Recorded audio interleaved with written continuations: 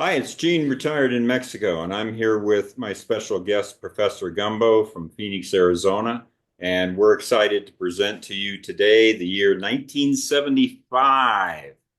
So we're in the middle of the decade now, and we're going to count down our top 10 albums. Before we do that, I'm on Instagram, Twitter, Patreon, and Facebook. So you can follow me there. We encourage your comments. We encourage engagement and like and subscribe, all that good stuff. We really appreciate it. It's hard to get people engaged. So when you do engage with the channel, we are eternally grateful. We're eternally grateful if you're watching this.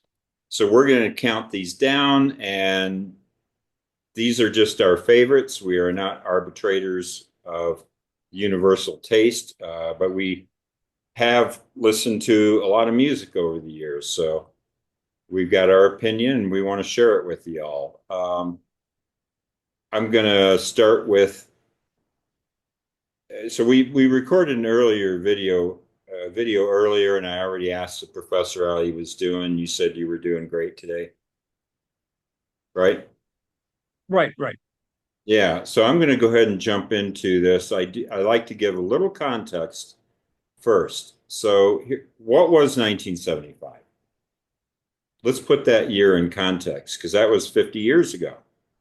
Margaret Thatcher became Prime Minister of the UK. That was a big deal. And she changed the political landscape in England. For our English viewers on the channel, you know what I'm talking about. A couple wars began, unfortunately. Lebanese civil war erupted, and Cambodia started a genocide, and Saigon fell. This is post-Vietnam. There were two assassination attempts on Gerald Ford, the president of the United States that replaced Richard Nixon.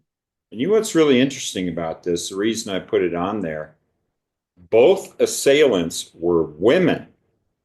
Very unusual, but two women tried to kill Gerald Ford in 1975. Um, Franco stepped down in Spain, paving the way for Spanish democracy.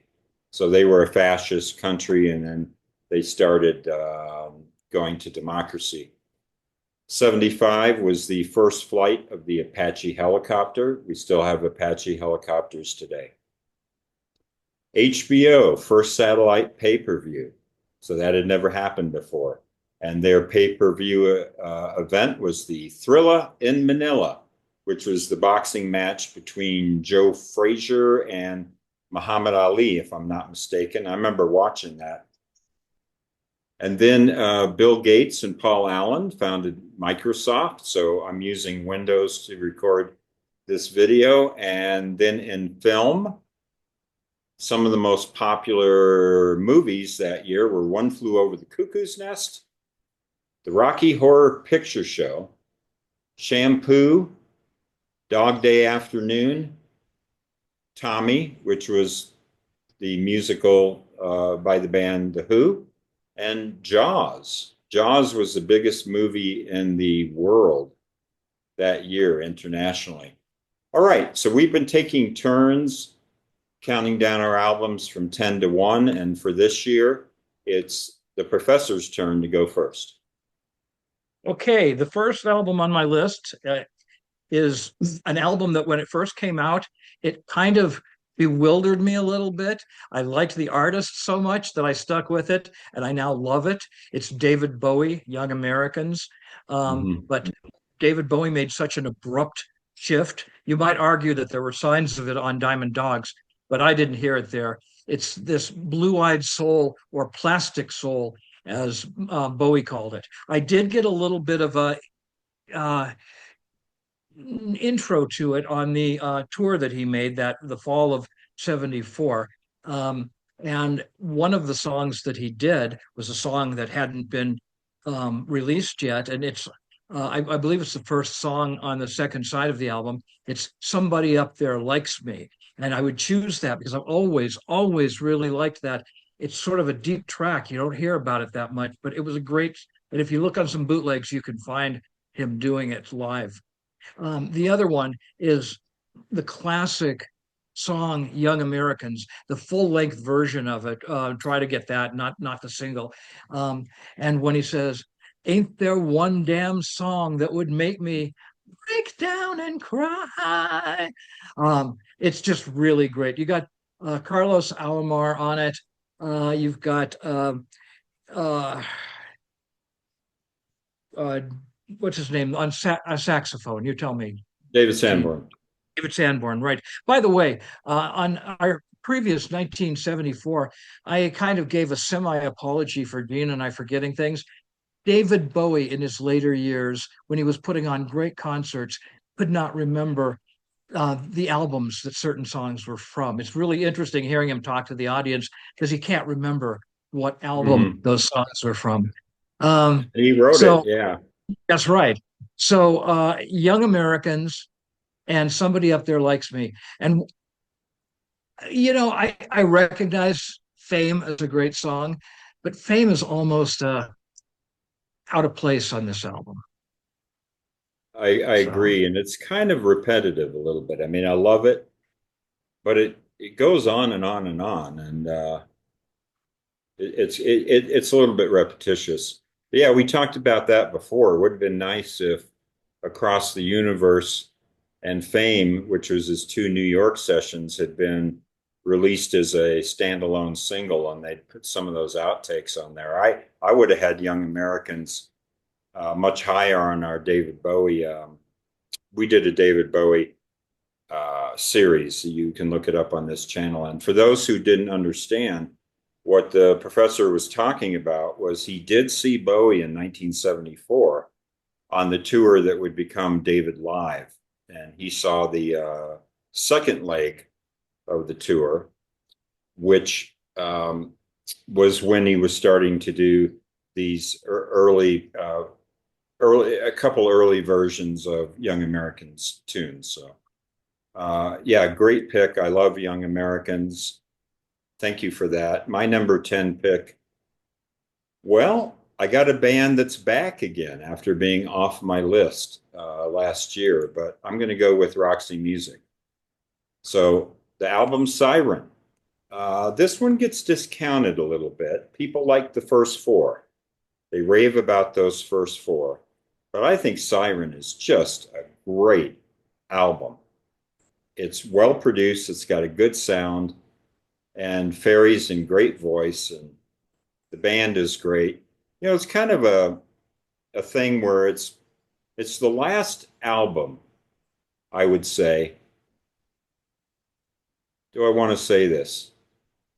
No, maybe Manifesto, but Siren Manifesto are kind of the last Roxy Music as a band albums before they kind of became the supporting band for Brian Ferry. Because once we got to Flesh and Blood, that's still a band album, but you can see that Ferry's dominating, and by Avalon, it pretty much was hard to distinguish Avalon from some of Ferry's solo material. But Siren is still a great band album. Andy Mackay is still prominent on there. Phil Manzanera is still prominent. Yeah, I love it. So my two song selections on there, they are going to be Love is a Drug and Both Ends Burning. My third choice would be Sentimental Fool, but Love is a Drug and Both Ends Burning, Roxy Music Siren. right. Okay. All right. My second one, my number 9, is Jethro Tull, Minstrel in the Gallery. Um, it came after a number of great Jethro Tull albums, and this one is probably is it the best? It's the best pre Songs from the Wood Jethro Tull, and it's Ian Anderson at his lyrical finest, and it's also his a lot of acoustic guitar and flute playing on here. Um, it has a Barrymore Barlow, Martin Barre. It just basically a really, really good band. He was to come out with another album shortly after it, uh, and that was the what was it? It's the too old to rock and roll, too young to die. But that doesn't even hold up to Minstrel in the Gallery. Minstrel in the Gallery, my two favorite tracks are the title track, Minstrel in the Gallery, Mhm. and um, the song suite that he did, Baker Street Muse. Mhm. Yeah, Baker Street Muse, which is a great track, and it has multiple sections to it, but it's like Jethro Tull, Ian Anderson at his finest. So Minstrel in the Gallery and Baker Street Muse. Great pick. Great songs. My number nine, which I've already tipped my hand how much I like this band, but I'm going with Bob Marley and the Wailers live. So this was their show at the Lyceum Coliseum, or the Lyceum or the Rainbow. I guess the Rainbow in London. Yeah, it was a rainbow. Yeah, same. And the audience is just they're just going nuts for Bob, and the band is so tight and so crackerjack, and Marley's in great voice, and you can just tell it's a when you listen to this album, it's just so much fun listening to it, and you feel like you're part of the crowd. It's absolutely great. Yeah, I love reggae, and I like lots of reggae music. I've seen a lot of reggae bands in concert. Never got to see Marley, but Marley, there's a reason that he was the most popular in the world. He just had that great voice and presence and his great lyrics. So I'm going to go with the opening track, Trenchtown Rock. One thing about music, when it hits, you feel no pain. Love Trenchtown Rock. And then I'm going to buckle under pressure here and pick No Woman, No Cry. I don't know that that's really honestly my second favorite track on the album, but how can you deny No Woman, No Cry? The live version of that song is better than the studio version, and it's one of his most popular, most streamed songs, probably one of his two or three most streamed songs, I would guess. So, Bob Marley live. Okay, great album. My third choice, my number eight, is Roxy Music Siren. Ah, And with a beautiful cover, has Jerry Hall on the cover as a siren. Um, and it's just, yeah, it's a little slicker, but it's Brian Ferry is starting to give in a little bit to the early stirrings of disco with the title track. Um, not not title track, but "Love Is the Drug," the opening, the first single, "Love Is the Drug," and that would be one of my choices. And that was one of yours also, right? yes, uh-huh. And that was the music for that was written by Andy Mackay. And then the other one would be "Both Ends Burning." What was your second choice? Both ends burning. Okay, so the same choices that you made. So I get to make another one. Yeah, I'll, I'll choose "Sentimental Fool." that was my alternate. Yep, there we go. We're in complete convergence on that. Uh, I love it. Number eight for me is Neil Young. Tonight's the night, which I used to think, we used to talk about how Tonight's the Night and Lou Reed's Berlin were two of the most depressing albums you'll ever hear. But it's funny, over the years, I don't know if you feel this way, but over the years, Lou Reed's Berlin feels even darker than it did when I first heard it. And Neil Young's Tonight's the Night feels a little lighter, a little more hopeful. There's plenty of despair in it. Don't get me wrong. It's definitely got this down mood, but it's not quite as suicidal as I used to hear it. it, it's a special album. Tonight's the Night is a very special album. And I remember, a lot of people don't know this because of streaming and CDs, but and I hadn't planned on saying this. It's just a thought that popped into my mind. But when Tonight's the Night came out, it had an album cover that was kind of designed to wear and fall apart. It would get ring wear really easily, and that was done on purpose as an artistic statement that we're all in a little bit of decay. This was an album recorded after a couple deaths of people that worked with Neil Young, like Bruce Berry. And it's just wonderful. And he got these people like Nils Lofgren to help him out. Nils plays a lot of guitar. Neil plays a lot of Nils and Neil. I got to get that right. Nils plays guitar. Neil is on the piano quite a bit. He was kind of going through a little bit of a piano phase. And I love it. So my picks, oh, and by the way, this is the first time that he did the same song as Bookends. Tonight's the Night, Part 1 and Part 2, which he later would go on to do on 2 other albums. And they're completely different.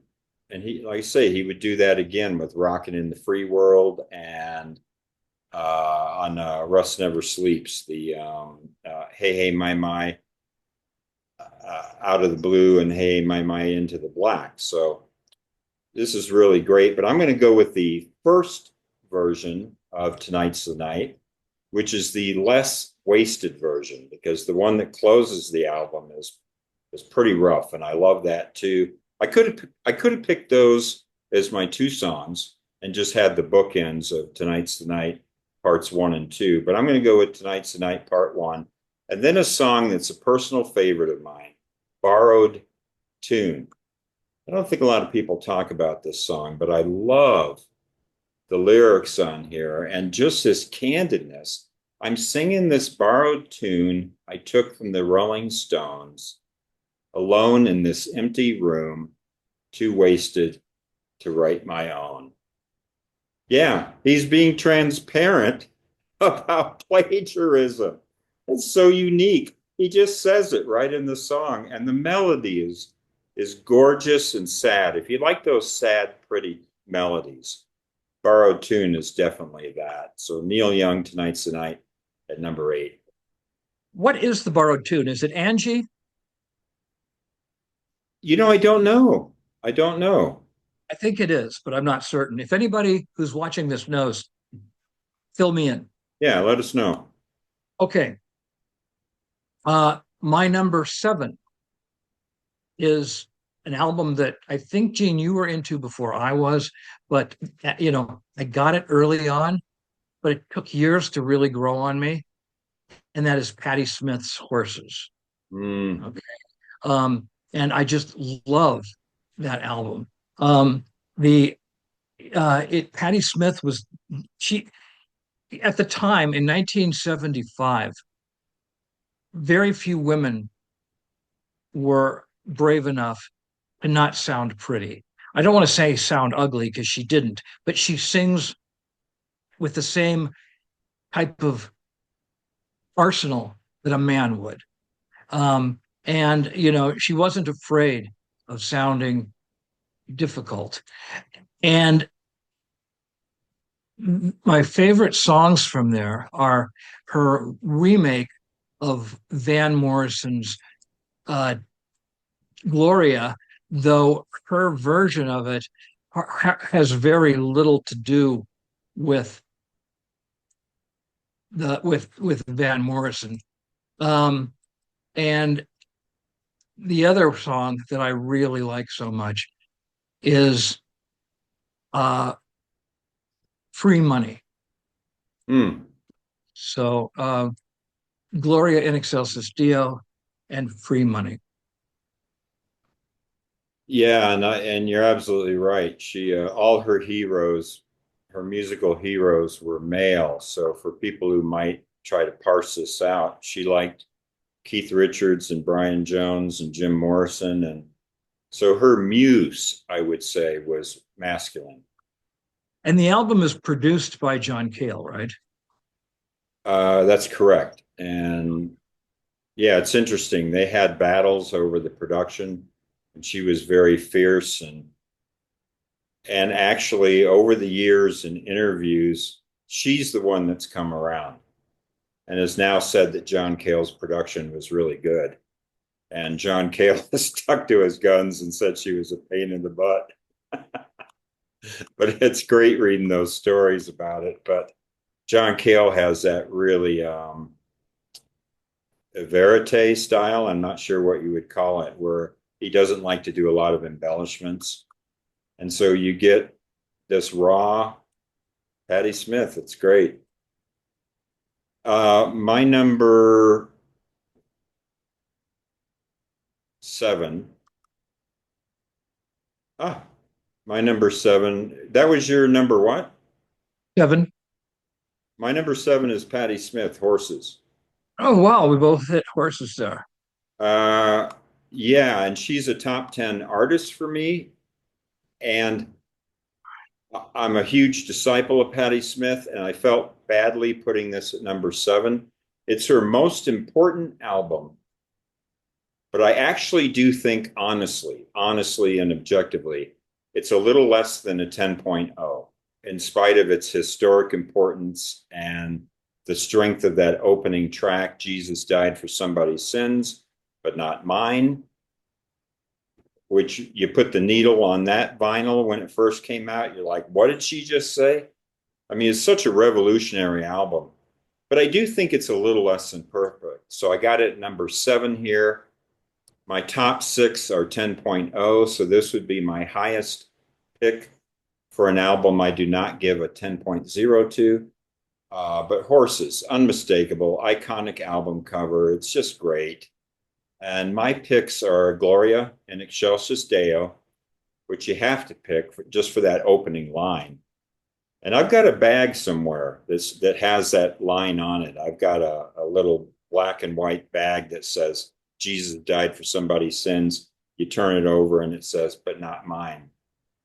And my second pick is Birdland, which is a really long song about a boy's father being taken. There you go again. She's singing from a boy's perspective.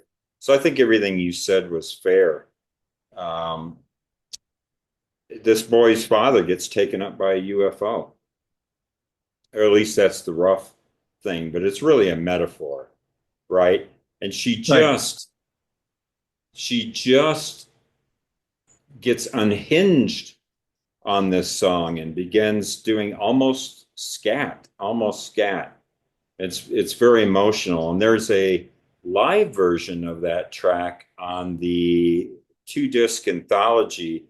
What was it called? Land or something? It was a 2-disc greatest hits, but it had some outtakes on it, and that's wonderful too. The live version of that. So yeah, Gloria in Excelsis Deo and Birdland from Horses, my number 7 pick. So yeah, we converged on that. Okay. My number 6 is an album that you actually played for me first, and that Hmm. is Physical Graffiti by Led Zeppelin. Um, I think I've talked several times about how I have grown as a fan of Led Zeppelin. When you and I met, I was already into the first 3 albums, first 4 albums, but then you took to Led Zeppelin, and I think you really liked them even more than than I did at the time.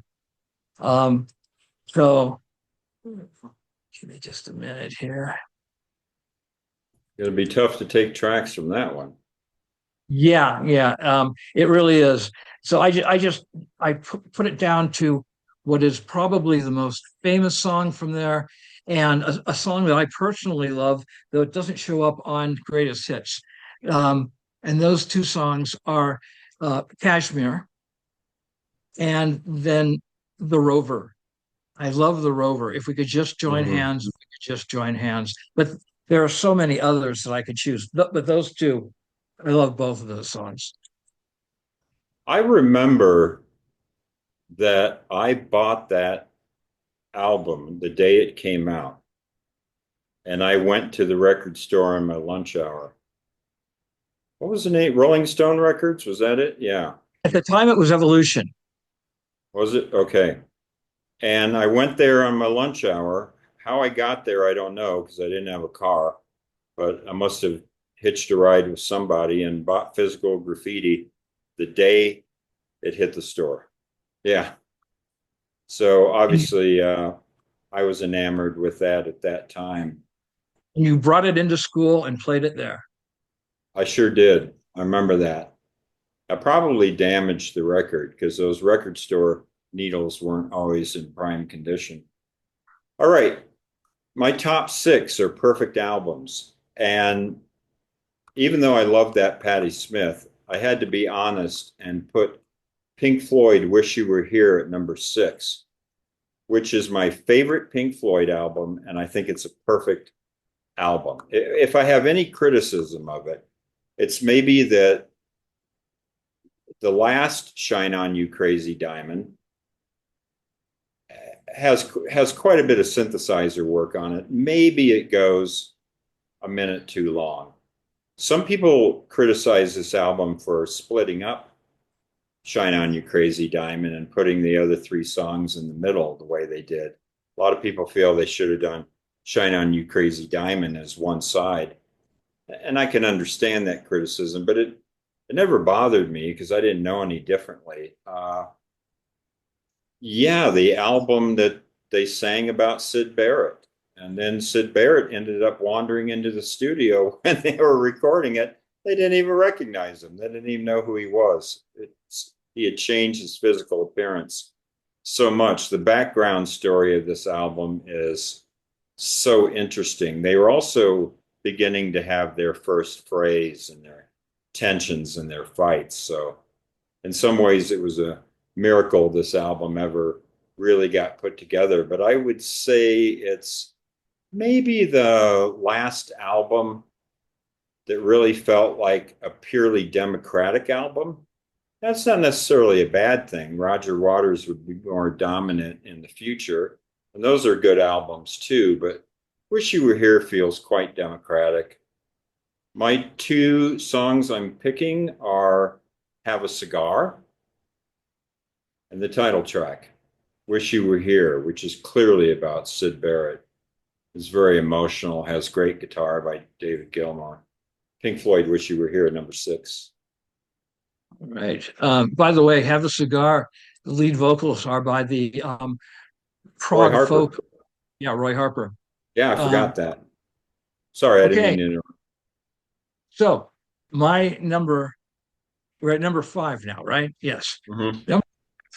Um, the Elton John band's peak of performance, Captain Fantastic and the Brown Dirt Cowboy.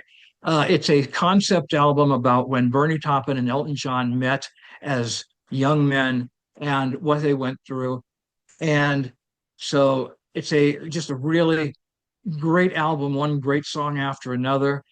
The songs work really well separately from the concept of the album, but they flow together really well also. The first one is the title track, Captain. I believe. Let's see. Hold on just a second. Yeah, Captain Fantastic and the Brown Dirt Cowboy. Um, and then Someone Saved My Life Tonight Yeah. is the beautiful ballad that. Hold on just a bit. That Elton John did. He had another album that year, but it wasn't nearly as good. That's because the Elton John band semi broke up.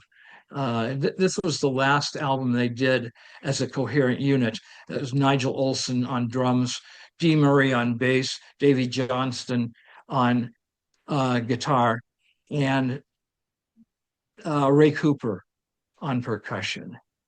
And it was like they were at their peak on this album. So Captain Fantastic and the Brown Dirt Cowboy. and we all fall in love sometime. Oh, someone saved my life tonight, or we all Oh, no, fall? no, no, no, no, no. Someone saved my life tonight. Sorry. Someone saved my life tonight is the second one. Yeah. And, I remember that song, just I'll say this quickly. It got a lot of radio airplay, and I got sick of that song. And now I think it's friggin' genius. I have come full circle to just love that song. It is so emotional. Yeah, it's about being on the brink of cashing it in. So, right? It's a wonderful song. Yeah, it's when Elton John was almost getting married, Yeah. and Bernie convinced him not to. And thank God he still got his music. Mhm. Number five. Man, this is really tough, these top five. I can't believe how many things I left out, but I'm going with Brian Eno's Another Green World. And he really did call himself Brian on this one. Brian Eno, Another Green World, an absolutely perfect album. And this one actually took me a little while. Took me a little while to appreciate it the way I do today. But it's got a mix of styles. It's certainly the first where it's the first Eno album where he was starting to embrace ambient music. Uh, but you still have some really electric things. So you have some wonderful Robert Fripp guitar. Some of Fripp's best work is on here. But then on the second side, especially, you get some beautiful, beautiful ambient pieces. And I love that. I love that. This maturing Eno, where he was moving away from rock and roll. I think a lot of people would start to move away from rock and roll. Eno was he got it pretty early on at this point, and I just don't think there's a bad track on this album. If you haven't heard it, I recommend it. It's just one great song after another great song. And it's hard to pick favorites on here, but I wanted to try to get both styles on here. So I'm going to go with St. Elmo's Fire because it has this gorgeous Robert Fripp solo around the time he was forming his so-called Frippertronics. And it's just a beautiful tone, beautiful fingering. It's just it's melodic, it's exciting. And then on the side two, I'm going to go with a song called Be Calmed. But I could have gone with a number of tracks, but Be Calmed is just really a pretty piece. Another Green World, Brian Eno. Okay, my number four, one that you mentioned, Pink Floyd, Wish You Were Here. Also, Ah, probably not my favorite Pink Floyd album. Um, and it's it's an album that has a sentimental, well, many of my albums, I can remember when I first got them, but I was very sick with the flu. This was after I came back from college during my uh, first year at ASU. And I was at home, and Cindy came over to see me, and she had "Wish You Were Here" as a gift for me. So this was a gift from Cindy, and it's not as I, not as, not as oh, what's the word I want to use? Not as permanent in people's minds as Dark Side of the Moon, but in many ways more powerful. And I would go with the first multi-track, which Shine On You Crazy Diamond, parts 1 through 6, I think it is.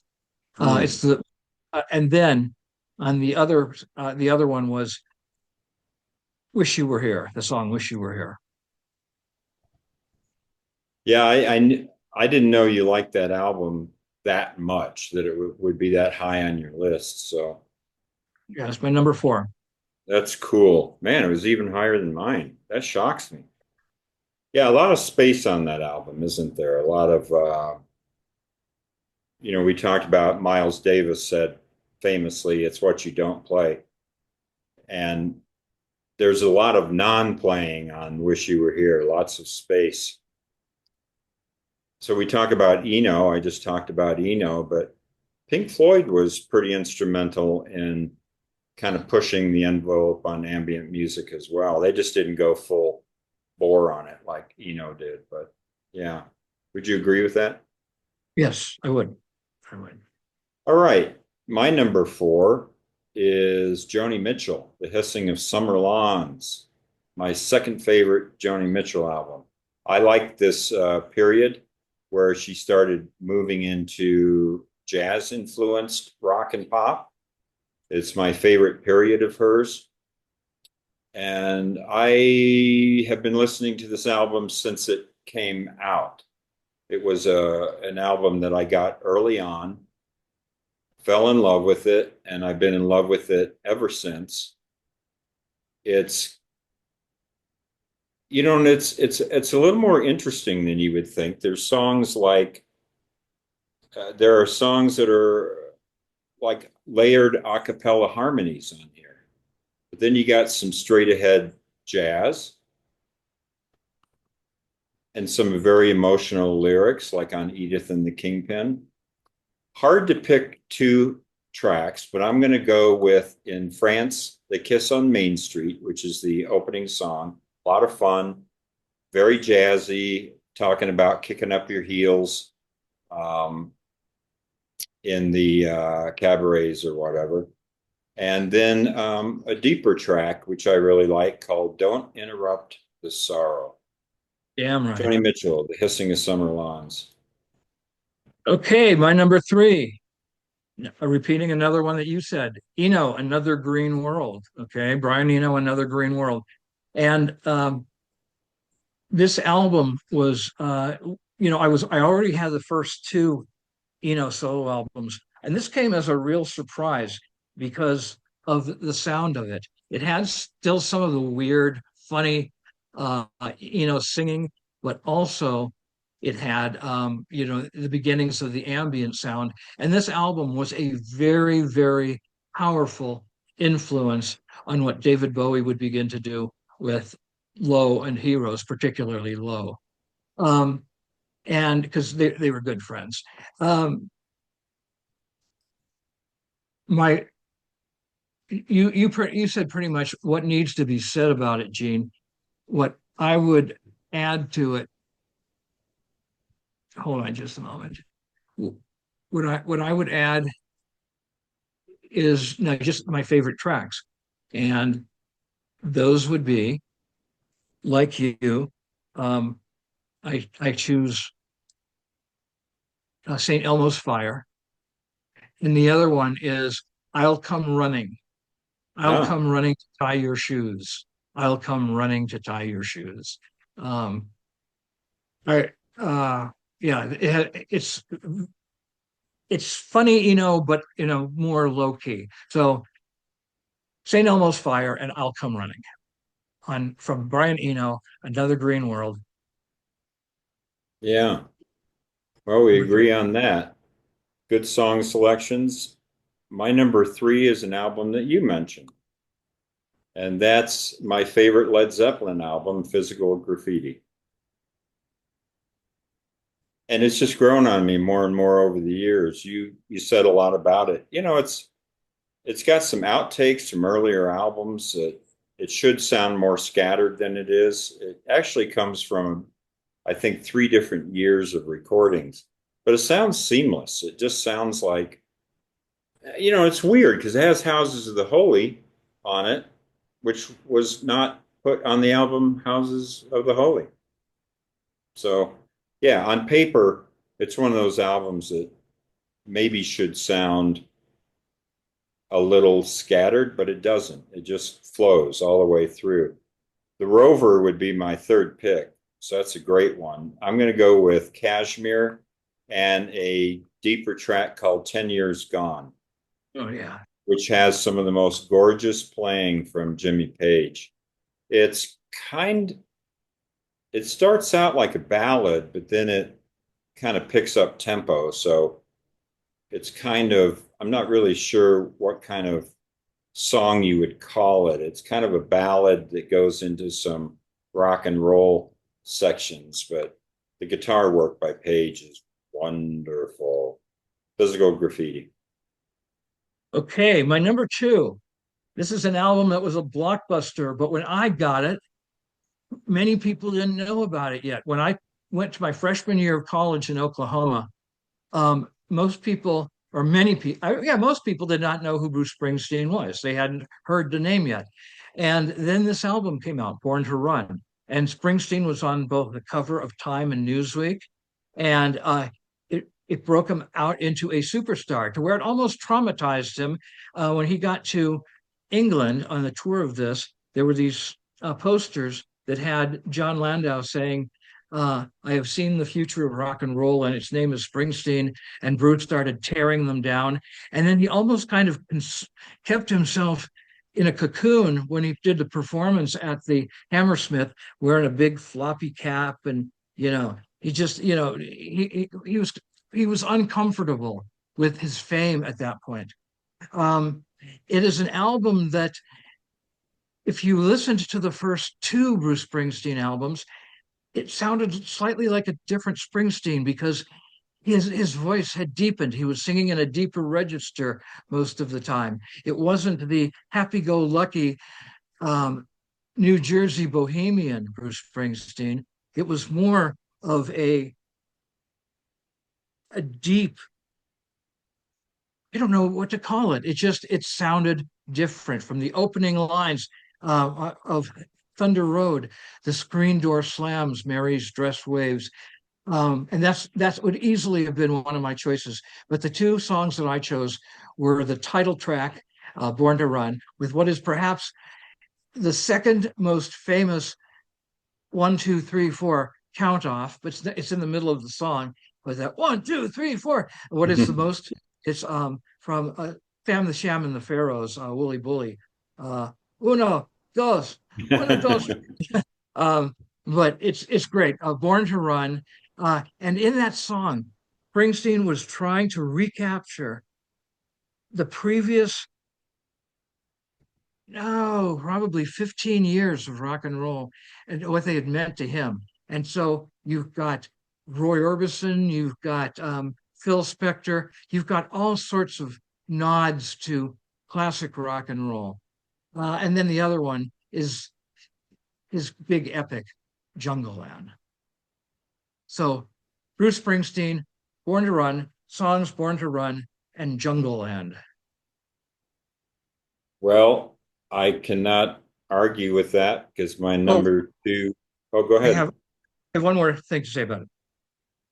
When it first came out, I was in constant communication with a very good friend of mine who was, you know, a year behind me. So he was a senior that year.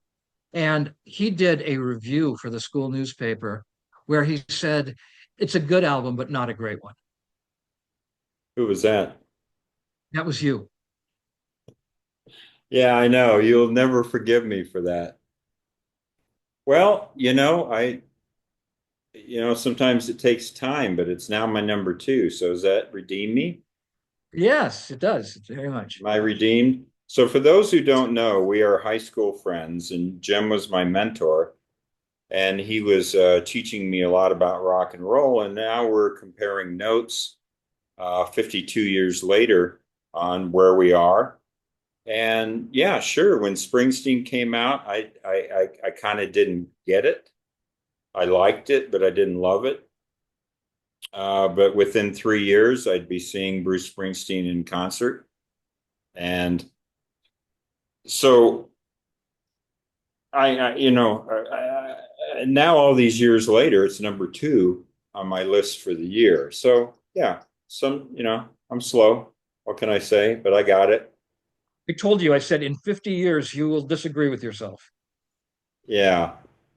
I did. And I have the same thing. I would like to, man, I shouldn't mention his name, but I sure would like to meet Doug Burkheiser one of these days.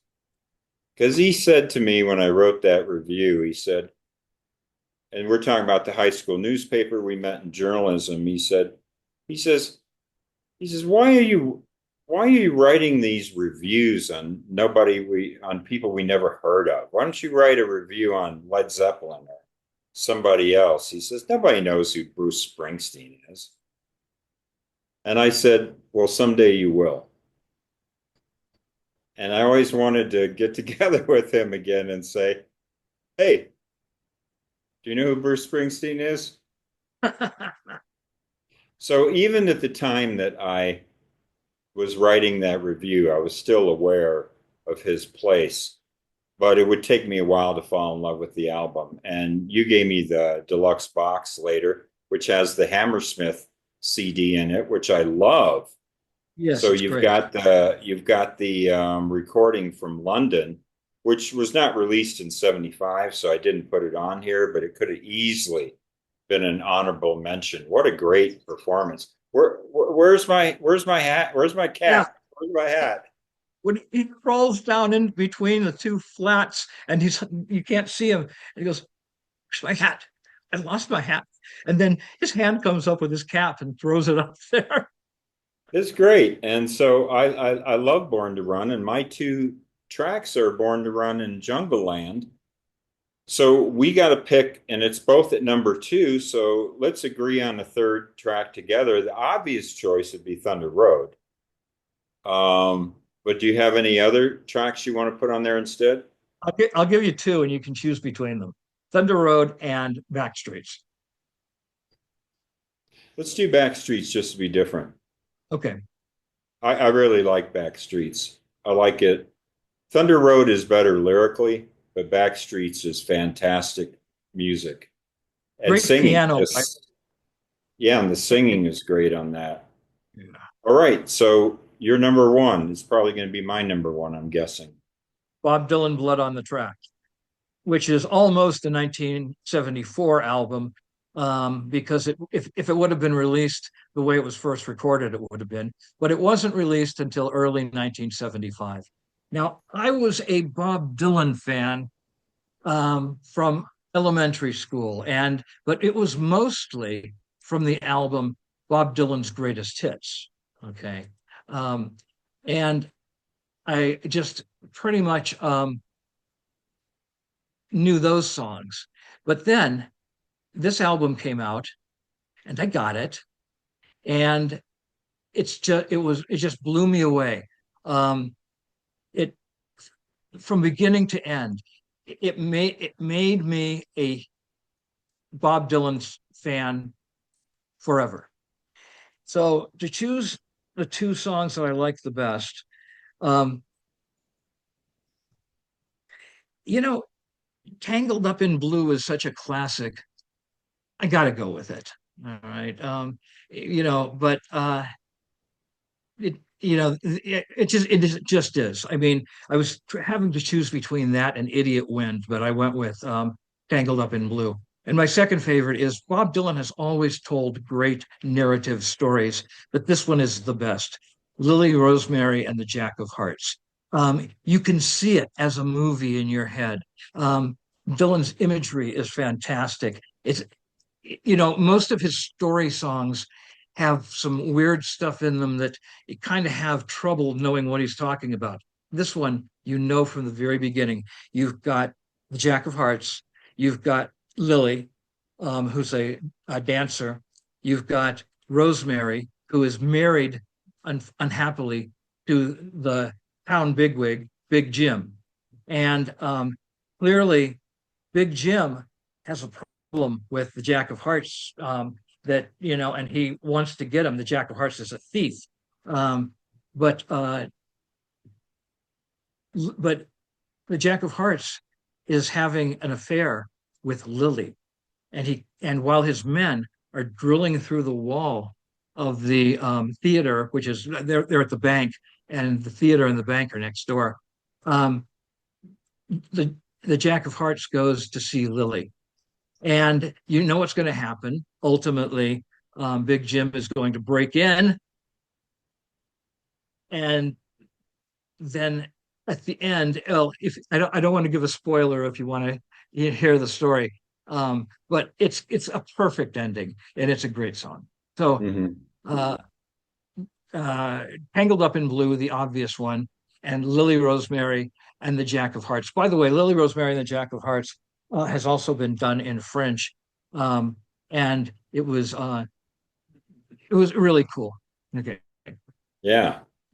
Well, mine's Blood on the Tracks too. So we have the same number one and number two, which is no surprise. And yeah, Springsteen, Dylan, but they're great albums. Blood on the Tracks is a special album for me because it's not only my number one album of the year, but it's one of my 10 or 20 favorite albums of all time. You know, if I were to make a top 20, I can't imagine this album not being in there. I mean, I haven't actually done that exercise, but this is just, I don't know, just confessional songwriting at its best. And I say confessional, semi-confessional, because there's always a little bit of an actor in Dylan, but I think he's coming as close to showing us the real Dylan here as he did on any album. Um, yeah, my tracks are going, there's been, I think most people have heard this album. Maybe you haven't, but the audience here, I have a fairly young audience. Maybe you haven't heard Blood on the Tracks. If not, stellar album. I'm going with Tangled Up in Blue, and I'll go with Idiot Wind. Oh, great. So I also like You're a Big Girl Now, but I'll go with Idiot Wind because it's such a I like I like sensitive Dylan, but I like angry Dylan too. And So angry and funny Dylan, when he says, "Someone's got it in for me. They're planting stories in the press. Whoever it is, I wish they'd cut it out quick, but when they will, I can only guess. They say I shot a man named Gray and took his yeah. wife to Italy. She inherited $1 million, and when she died, it came to me. I can't help it if I'm lucky. That anticlimactic punchline is so great. I can't help it if I'm lucky." Yeah. He's so brilliant lyrically, and you know, I talked about it in the Dylan series, but there's just those lines where he sings like a corkscrew to my heart. And I feel like a corkscrew is going into my heart when he sings that. There's such conviction. So people who say that Dylan's not a great singer or even a good singer, I'm like, well, listen, listen to covers of Tangled Up in Blue, and nobody did. I don't think there was anybody who covered Tangled Up in Blue who could best his version. So I I rest my case. All right, you wanted to go through your honorable mentions? Honorable mentions.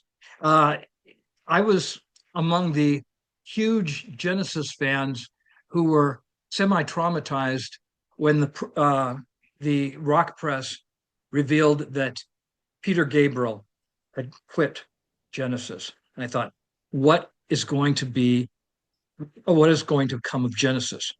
And then at the beginning of 1975, Steve Hackett, the guitarist, released what could easily have been the next Genesis album. It didn't have Mike Rutherford on it, but it had Phil Collins on it. And he even sang as well as playing some drums on there. But it's Voyage of the Acolyte. And to me, if I were to, when Gene and I were at this age, we often recorded albums and we would buy 90-minute cassettes where you could typically fit two albums, one on each side. And if Trick of the Tail had been released yet, I would have put Voyage of the Acolyte and Trick of the Tail. And Hackett was still with Genesis at the time of Voyage of the Acolyte. The critical success of Voyage of the Acolyte was part of why Hackett quit Genesis, because certain members of Genesis, can you say Tony Banks, were were very reluctant to acknowledge the greatness of the album, but and then started keeping Hackett's work from coming on the albums as much. But just listen to the Voyage of the Acolyte with early Genesis ears, and you'll love it. Then here's a countdown, Gene. See if you remember it. 1, 2, 3, 4, 5, 6, 7, 8. No. Slip Kid, Slip Kid, The Who by Numbers. Oh, Uh, okay. and I have a confession to make about this one. This album came out just a little bit before Halloween, kind of, 50 years ago. And the school I was at had a Halloween party. But before we went to the Halloween party, some friends of mine and I um, thought that we would uh, have some liquid refreshments. Now, um, in Oklahoma, the legal drinking age uh, was 19, I think. Anyway, I got myself a small bottle of Southern Comfort and several cans of regular sugar Mountain Dew. And I made Mountain Dew and Southern Comfort. Now, at the school cafeteria, they didn't have much good to eat. So I had filled myself with caramel apple and candy corn. Okay. So, so that's what I had to eat. Then I had to drink. So I go up to my friend Randy Smith. He's a senior. And he was in a nice dorm room. See, he was in the better dorm rooms. And he said, "Hey, have you heard the new Who?" No, I haven't. So he starts playing it, and I'm sitting in the recliner seat that he has there, and I'm feeling, oh, this is so I'm going to throw up. And the next thing I knew, I'm looking down at a huge, awful pile of sticky vomit. Okay, and Randy didn't get mad. He just grabbed a towel, tossed it to me, and said, "The bathroom's down the hall over there." And so after I cleaned it up, not myself, I didn't puke on myself. I just puked on Randy's floor. We all went to an all night pancake house, and I had myself some pancakes to fill myself up. But that's my first memory of listening to the Who by Numbers, which is a very Keith Moon type of thing to do. Oh boy. Um, Queen, A Night at the Opera. Wow. Came as a surprise to the people who only knew the first three Queen albums like I did. It was so beautifully produced, and nobody had ever heard a song like now it's become blasé. It's so played, Bohemian Rhapsody, but no one had ever heard a song like Bohemian Rhapsody before. And then I told you I love that Bob Dylan period. Bob Dylan Live 1975, the Rolling Thunder Review. It's just I didn't get to see Dylan on his Rolling Thunder tour. It's but that's the early leg of the tour, and it has some really, really great songs on it. And then finally, Todd Rundgren, Initiation, where Todd really started to well, this isn't where he started to dabble in prog. That would be with the first Utopia album. But it has a number of regular songs on it, and then it has the song Initiation, which is no, it just has an instrumental track.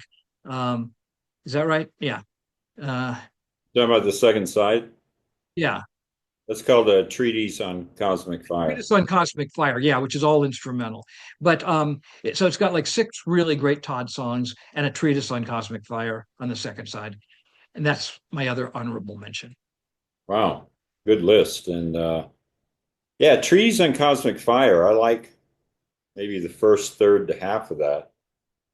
And it gets really weird. But it changes a lot. But I love that first side. Well, I again have 8 honorable mentions, and I'm sorry that I can't get this down to um, just 5, but these albums are that good. So I'm going to mention first, I'm going to go, these are in no particular order, but let me go with the 3 that you've mentioned in your top 10. I've got Captain Fantastic and the Brown Dirt Cowboy. I think it's a great album. It didn't make my top 10, but love that album. And there are there's a lot of good deep tracks on here. Meal Ticket, songs like that. And what's the one about the whistle blows and all that? Tell Really me good when song. tell me when the whistle blows. Yeah. Tell me when the whistle blows. Yeah, really good deep tracks on here. Good album. Just didn't make my list. I've got Jethro Tull's Minstrel in the Gallery. I agree with you. It's a great album. Uh, and I like your picks because I like that second side. I also like One White Duck, 0 to the power of 10 equals nothing at all. That I, whole second side is great. I like when he first begins the Baker Street Muse. He starts playing and then he messes up on his acoustic plucking, and you hear him go, shit, shit, shit, shit, shit, shit. Yeah, and he just leaves it in. It's great. And he leaves it in. And then at the very end, you hear him walking down the echoey down the halls of the studio, and I can't get out. Yeah, it's a great album, and it's got that nice mix of acoustic and electric. Well, like on the title track, it starts off acoustic, and then they repeat the lyrics a second time around. From the calendar, final obsession starts tomorrow at 3 p.m. Thank you, Alexa. My smart speaker is giving me my appointments. Thank Oh, you. I thought that was your phone sex. No, no, no, no. So then, but Minstrel in the Gallery, then it repeats the electric, the lyrics again with the electric. I also have David Bowie's Young Americans on here. Now, the other five that I have on here, I think, how many of these are going to surprise you? A couple of them. So let me go with the first big surprise. This would have been my number 11, I think, if I'd been able to squeeze it in the top 10. Jazz album, Keith Jarrett, the Kern concert. Yes. This, this is Keith Jarrett doing piano improvisation in Germany. He just makes the whole thing up, and it's the best-selling jazz piano album of all time. I played it again. It's phenomenal. It's phenomenal. His voicings and his chords and his harmonics on here, I'm not a musician, but I recognize the genius of it. He's still alive, but he's seriously compromised these days. He cannot play piano anymore. But Keith Cherry, have you ever heard the current concert? I have it. Yes, it's great. It, it's incredible. So I wanted to get that on there. It's such a great jazz album. Next is a band that you introduced me to. You may be surprised how much I like this album. Dr. Feelgood, Oh yeah, Malpractice. great album. My Yeah. my favorite Dr. Feelgood album. There's some video of them live with Wilco Johnson dancing around playing his guitar, and this is so much fun. This is called pub rock to the viewers who might not know, but it's just kind of proto, it's classic rock and roll, but it's the beginnings of that kind of proto punk, proto new wave. It's just infectious. It's so much fun. I've got the first Fleetwood Mac album on here. Fleetwood Mac. It's a great album. Maybe it didn't make the top because the last couple songs are good, but it takes a slight dive right at the end. But boy, the first 80% of this album is fantastic. Then I got a couple genre twists here. I got a country album, Waylon Jennings, Dreaming My Dreams. Simply one of the best country albums of the 70s or any period. It's every song is a winner. I'm a big Waylon Jennings fan. And then this was a great period for reggae music in the 70s. So I already mentioned Bob Marley. I also have Burning Spear, Marcus Garvey, which is a fantastic reggae album. So those are my 8 honorable picks, honorable mentions. All great choices. And I wish I could have had room for them too. Especially when you mentioned Dr. Feelgood's Malpractice. That's the first Dr. Feelgood album I got. And when I bought it used, and I don't remember why I bought it. It just had a cool looking cover, that black and white cover. And I Mm-hmm. just loved the sound of it when I got it. Yeah. That album has aged well. I think it sounds better today than it did when it came out. I think you're right. So you want to run down, we've been also running down, so we'll make a playlist of all these songs that we picked, though we're not picking songs for the honorable mentions. I thought about it, but our playlists are about 3 hours without that. But we've been running down our list real quick to talk about the people we've seen in concert. Some of this will be redundant from our earlier episodes, but you want to just run down who you've seen in concert? Yes, David Bowie multiple times, Jethro Tull twice, Roxy Music once. Never seen Patti Smith. Led Zeppelin. Never. I missed seeing Led Zeppelin. Elton John, 3 times. And by the way, Cindy saw him on the Captain Fantastic tour. I was in Oklahoma at the time, but Cindy saw. He said it was a great show. Never saw Pink Floyd live. Um, Never saw Eno live.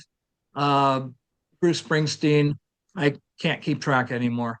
Uh, but I will point out that though the first time I saw Springsteen was after Born to Run, before Darkness on the Edge of Town, Cindy saw Springsteen on the Born to Run tour, and she was Yeah. at Damage, and she was so thrilled by it. And she said, I was so close. I could see his and Clarence's earrings. Um, Dylan, I have seen once, but past his peak. Uh, Steve Hackett, I've seen in concert, and he did some stuff from Voyage, which is really good. Um, the I never got to see the Who live, and I know you did. Um, Queen, never saw them live. Dylan, I already talked about him, and Todd Rundgren saw him. Okay. So from my list, but I'll mention one band that I did see from your list that didn't make my honorable mentions, but it's the one the kids are jealous. The kids. I'm sorry to my viewers. I'm sorry I said that. To my when I meet younger people, but I do meet kids here in Mexico that are high school kids, and I talk to them about music, but one of the bands they're really jealous of is I did see Queen in '82 with Freddie Mercury, so that was great. Um, but I digress. The ones I've seen here are I've seen Dylan twice in the '90s. First time I saw him, he was the lead electric guitar player. He did not have, yeah, he did all the lead guitar electric. I was stunned. I didn't know he could do that. Seen Springsteen 4 times, the Darkness on the Edge of Town tour, the Born in the USA tour, and then you and I went to see him on the Lucky Town Human Touch tour. We went to see him 2 nights in a row. I remember we went back the second night. Um, Physical Graffiti. I had tickets for the Physical Graffiti tour, and Robert Plant broke his leg in a auto accident in Greece. The tour was canceled, so I never got to see Led Zeppelin, but Jim and I did see Page Plant when they reformed in the '90s, and that was a great show with a full symphony orchestra. I did see Patti Smith. I went to San Diego in the 2000s to see her. She was 61 years old at the time. She put on a fantastic show there at the Balboa Theater in San Diego, and I just had to go see her. So I drove all the way from Phoenix to San Diego just for that concert. Seen Neil Young with Crazy Horse twice, Roxy Music once, as you mentioned, Elton John twice, Jethro Tull twice. I did see Fleetwood Mac once on their Mirage tour in '82. The opening band was a then unknown Men at Work. Yeah. And I've seen Bowie 4 times. And here's the big surprise that I'll bet you don't know. But Jim, I actually saw Burning Spear. Really? Did you? Yeah, at a club called the Something Touch or something. I forget what the club was called, but it was open for about a year. He did a 50-minute set. I felt really pissed off. I won free tickets from the radio, though, so I wasn't cheated. But he did 50 minutes because he had 2 shows he was doing. and the place closed down, became a dry cleaners. So that's it. We're done. I hope you enjoyed that. Halfway through. Any last minute comments or surprises? No, I think it's great to review these albums. It brings back memories, and yet I should say honestly, like Jethro Tull says, I live in the past. You know, my friend Roxanne talks about how most of my choices of favorite albums overall tend to be from when we were in high school. And I said, Yeah. yeah. And I said, I'm not going to say the music was better then, but music was better then. No, um, but I really believe when I see having taught high school for 30 years, I also find that people who really like music, they tend to like, there are exceptions. There are really young people who like what we call classic rock. But when I've talked to people who are in their 50s, 40s, 30s, people tend to have a special connection with the albums of their high school years, or let's stretch it out a little bit. Let's say between 15 and 20 years of age. Okay. And, those are the albums that mean the most to them as a rule. And I think that that makes sense to me because there's a lot of emotional resonance to those times. And so, like I have a friend that is 10 years younger than we are, and or actually 15 years younger, and he insists that the 80s were the best period of music. And 80s? But seriously, there was some good stuff there. But I think that with me, it was the late 60s, early 70s. And I'll be frank about that. Late 60s, early 70s.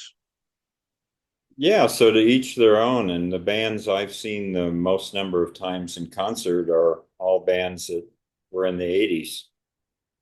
So U2, Meat Puppets, Los Lobos, those are bands I've seen multiple times, and they all emerged in the 80s. And yeah, I love the 80s, but yeah, you're right. The music from a certain age period, I think no matter what your generation, you tend to identify with that music from that you and your friends were listening to. And by the way, with Burning Spear, just one last thought before we close. Have you ever, I'm sure you've had this experience, everybody has, where you thought somebody was dead. You thought for sure they were dead. And I just had a friend who posted video from his cell phone of Winston Rodney, aka Burning Spear, performing in Chicago. And I was like, oh, he's still alive? I'll be right back. Hold on. Talk to the audience for a minute. I got to let the dog out. Okay. Let the dog out. Woof, woof, woof. Yeah, who let the dog out? But it's true. So yeah, for you guys watching, I'll give Jim a chance, Professor, to say goodbye here. But as I always say, here in Bonita, Mexico, buen dia. And let me just hang on and let him give a goodbye thing. But let me know about, like, if my audience tends to be under 35.